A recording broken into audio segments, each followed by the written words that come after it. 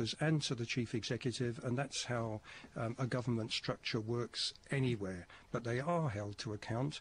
If any evidence was forthcoming that a civil servant, no matter what rank that civil servant may have, was guilty of misconduct, then the appropriate disciplinary action would be taken. If they're guilty of criminal conduct, then of course any such allegation has to be and must be referred to the police. In order for it to work, then, if the ministers and assistant ministers are the ones that are accountable, each minister must be fully and totally aware of each decision and action taken by his or her officers. That is the case, yeah? But we have powers of delegation, obviously, but at the end of the day, we're accountable. And can I stress at this point that there is no credible evidence whatsoever of serious misconduct by a senior civil servant, by any civil servants, and certainly no evidence of criminality. But I have asked for any such evidence to be provided to me, and so far no such evidence, after many months of asking, no such evidence has been forthcoming. But I'm concerned here that the three ministers who form a corporate parent, are they kept totally informed of every decision, every action of the Children's Executive and others working within the childcare system? Well, it's their job to ensure that decisions are consistent with the policies they lay down. And if those decisions are not consistent with those policies, then they, of course, would take whatever action would be appropriate against their officers. I just wonder how much happens that ministers might not be aware of, you know? You can't have a system where ministers take everyday day-to-day decisions. If you did, then ministers would have a completely different role to that they currently fulfil, which is representing the public. It's ministers' jobs to lay down the policy and ensure those policies are fully implemented. Is it possible that officers act on their own that ministers might not be aware of? If they breach policy, that won't last long, that's for sure. If they go against the policy of their minister, I've no doubt the minister would find that out very quickly and take the appropriate action. If they take, what they're paid to do is take day-to-day decisions within the policies laid down by their ministers. That's exactly what they do, and that's exactly how the process works and has got to work. Now, the Howard League's report concludes that one feature of a small-scale society such as Jersey is the prevalence and strength, if you like, of, the interlocking networks of relations. In one way or another, and this is what they say, everyone knows everyone, and work, family, sporting or social relationships and political associations strengthen these networks to the point where they underlie life in Jersey. Now, the report says this can be a strength, and in a place like Jersey, perhaps it's inevitable, but it also brings a serious risk of the appearance or actual existence of cronyism and old boys networks. Is that how Jersey's operated? Not at all. I can understand, if you like, the perception, because the same would be true of any small community. That is an inevitable consequence of being a small community.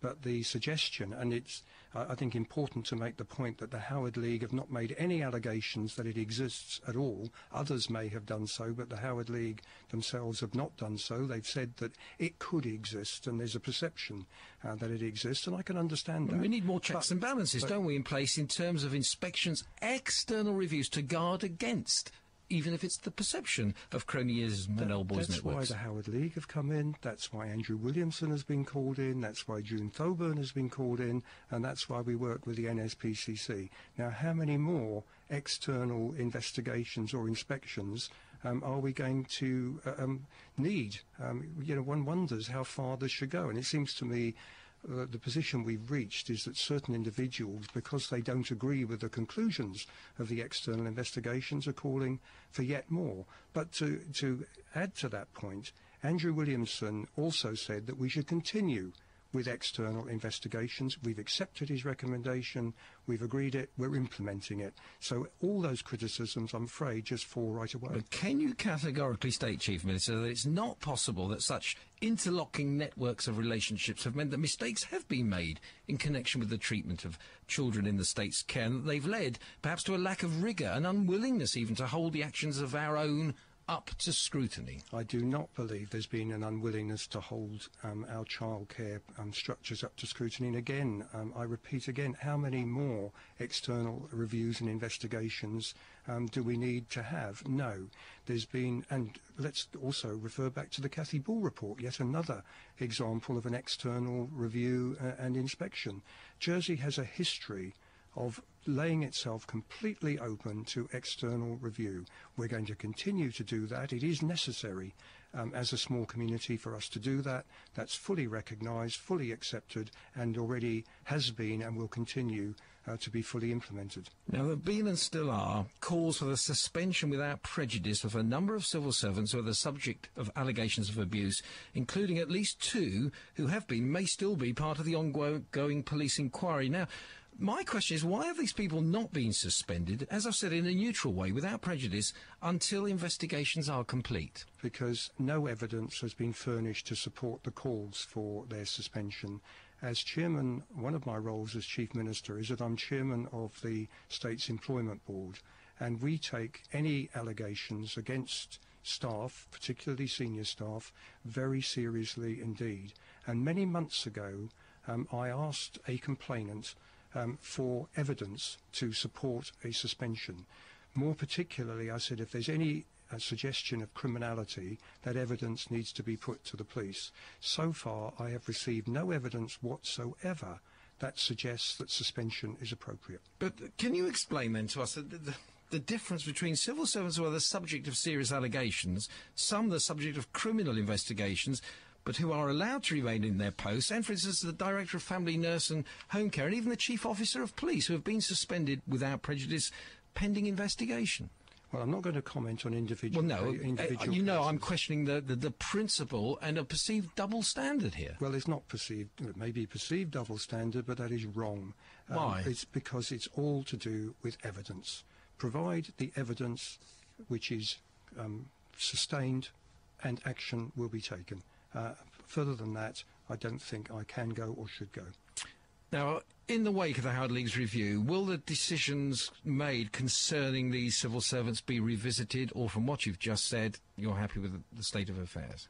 All decisions are open to constant review when evidence is supplied. And if any evidence is supplied, and I give an absolute affirmation of this, if any evidence is supplied which is shown to have any factual basis at all, the appropriate action will be taken. There should be no doubt about that at all, but one cannot take action in any case without evidence.